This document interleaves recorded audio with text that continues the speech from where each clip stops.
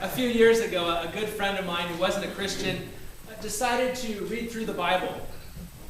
And I don't think he read the whole thing, but he got most of the way through it, and he wrote me a letter. And in the letter, he expressed his disappointment with the good book. He wrote that he was hoping to find in the Bible guidance for life, at least some stories of virtue. But instead, what he seemed to find were morally problematic stories of seedy characters interspersed with antiquated laws and long lists of begats. I've thought a lot about his letter, his response to the Bible, and it occurs to me that he mistook the Bible for another sort of book. And yet it doesn't surprise me that he would make that mistake because, well, a lot of Christians are fond of saying things like, the Bible is God's little instruction book for our lives. This idea that, you can go to the Bible, open it up, and you're going to find a clear direction on what you should do. Now, there are parts of the Bible where that is true, but the Bible is much larger than that. And if you started to read through the Bible, you might have begun to suspect that the Bible is bigger than life's little instruction book. It doesn't work quite like that. It's not an owner's manual. The Bible is full of stories and history. It's full of songs. It's full of laments, proverbs, commands, some boring parts. But what the Bible is for is not so much to be something you can just open up and read and know what to do. It's a story that invites us to enter the story.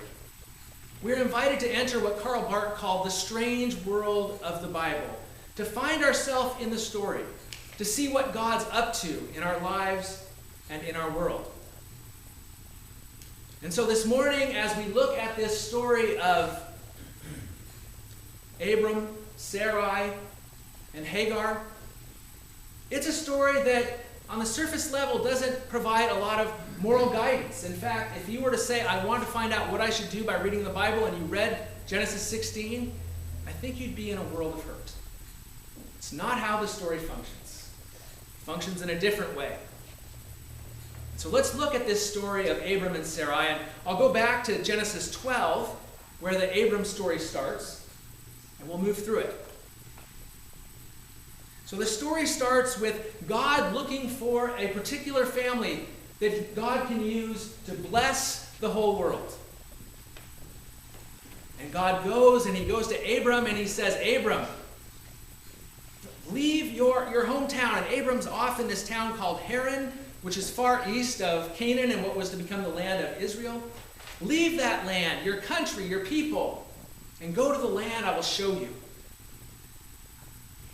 And Abram responds to God in the affirmative. Abram and Sarai, they trust and obey. They go far away. And this is in the days, I remind you, before Skype. There were no Facebook friends poking them when they were far away. There wasn't even a reliable postal system. But Abram and Sarai leave their home. They leave everything that's familiar to them, and they go off to this land 400 or 500 miles away. And when they get there, guess what? Famine in the land. What is the problem here? Here they follow God and they go to the place God's going to show them, and it's worse than where they were before. There's a famine.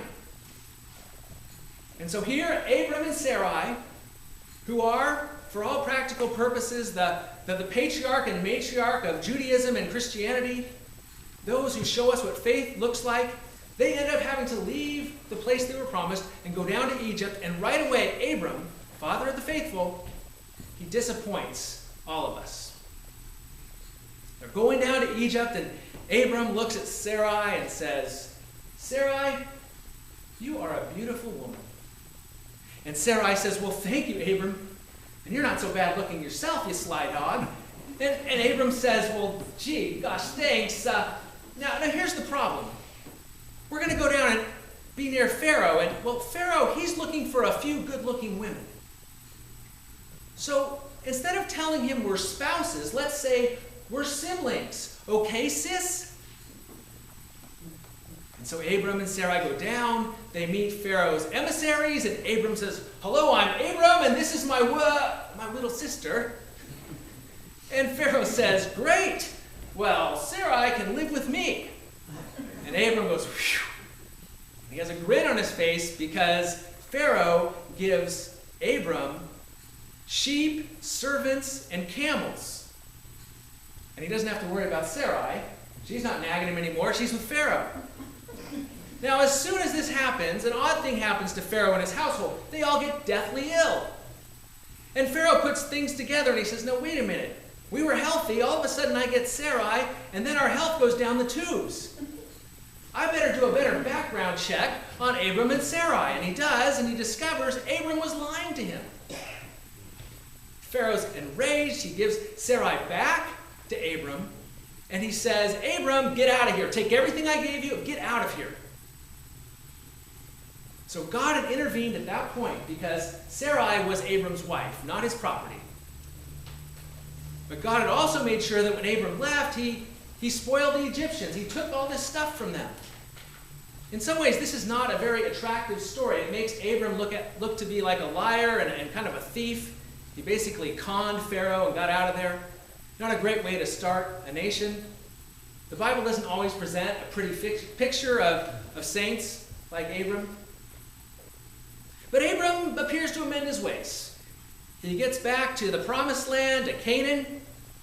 And while he's there, his nephew Lot is with him, and Lot has flocks and herds, as does Abram. And it's hard for them to travel together, so they're going to split up. And Abram very generously says to Lot, tell you what, you get the pick of the land. Wherever you want to go, you choose first, I'll go the other way.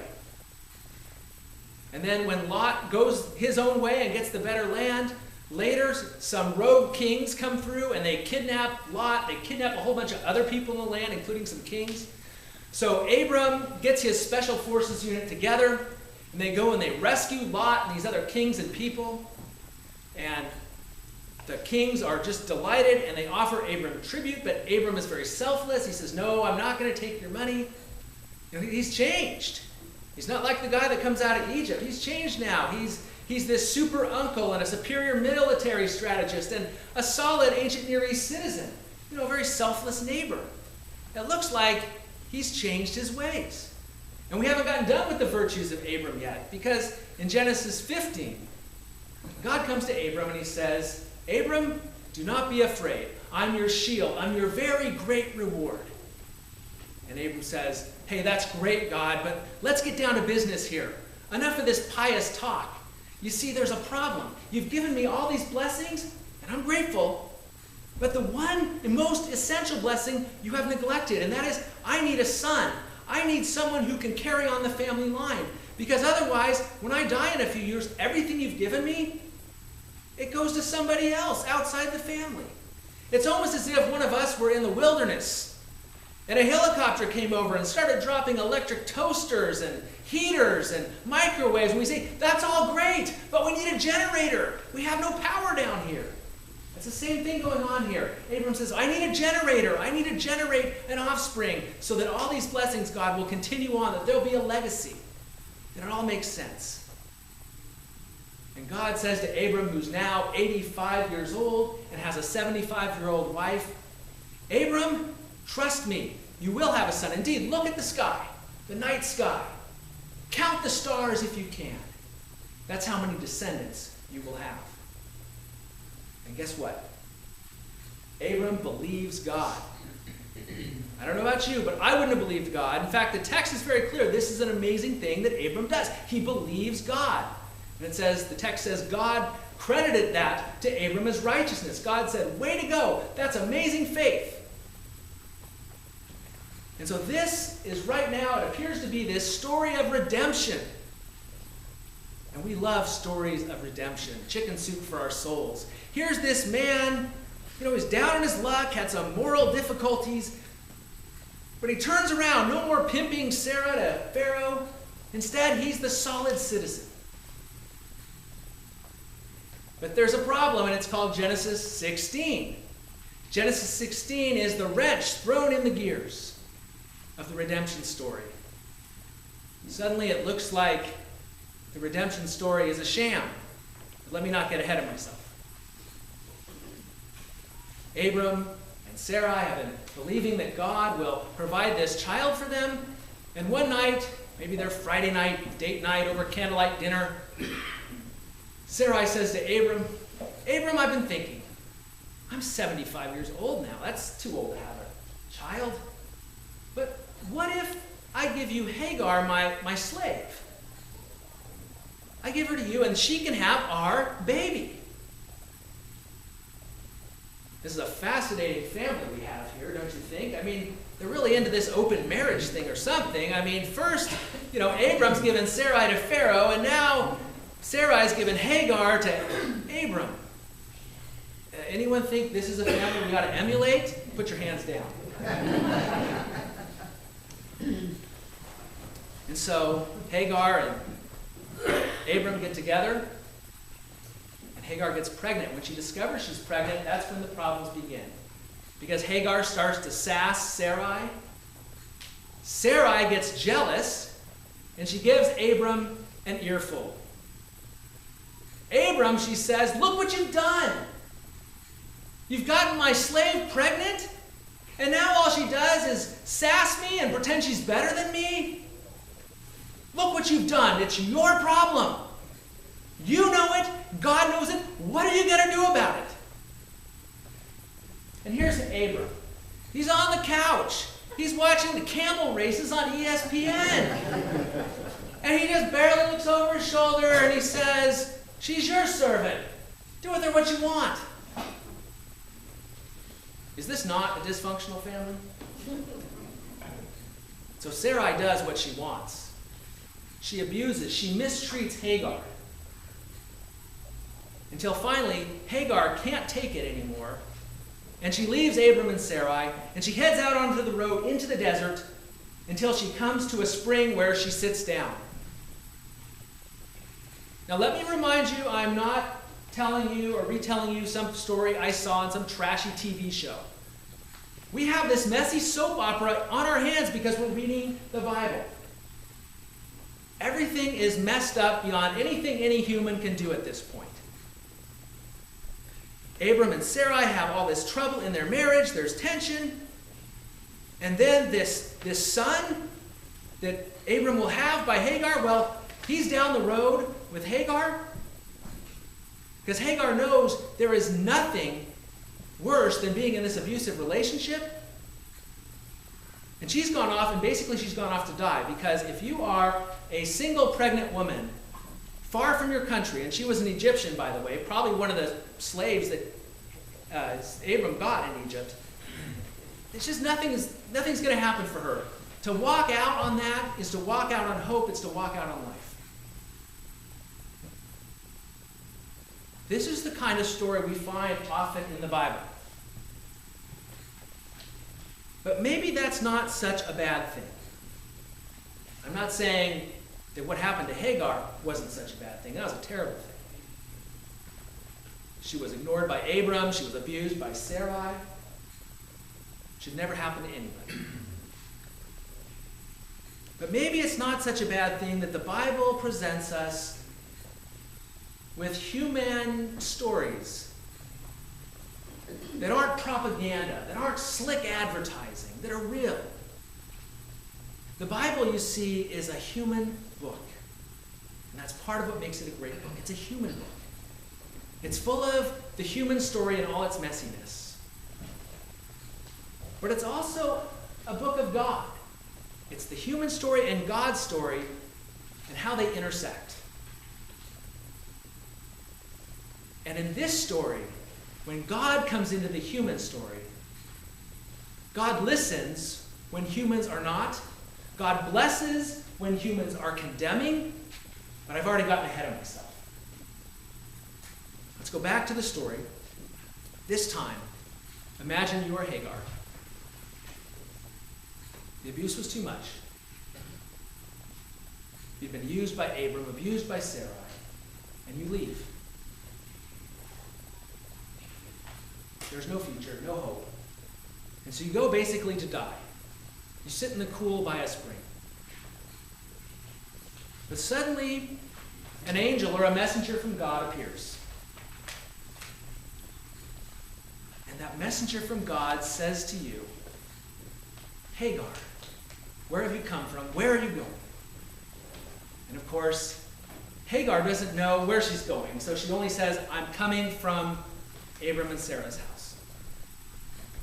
And this messenger from God says, Hagar, you're going to have a son, and you're going to name him Ishmael. Ishmael means God hears. And Hagar is astounded. Suddenly, Hagar realizes that God has heard her, even though she never considered praying to God. She was a slave, for crying out loud. She didn't know nobody cared about her. But God cared. God listened. God saw her. And Hagar exclaims, this is the place of the God who sees me. She realizes that God hears her, sees her, heeds her, and loves her. She thought she was a two-bit character in this minor role, but it turns out, no, she is important in God's sight. Can we find ourselves in this story? Can we understand the greatness of God's love in listening and hearing us all, even in difficult times? Suddenly, Hagar has this hope and a future, and she can go back, even into a still abusive situation.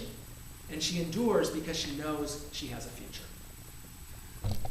What a story.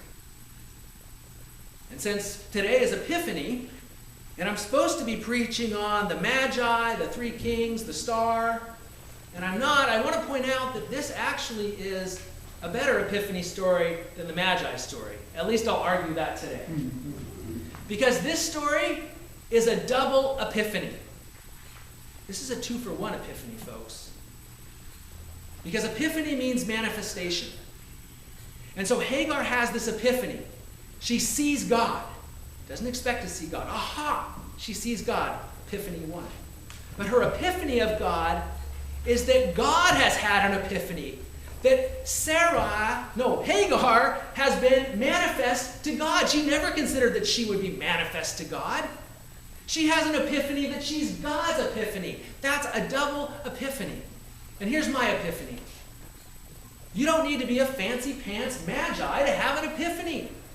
You don't need the frankincense, the myrrh, the gold. All you need is God.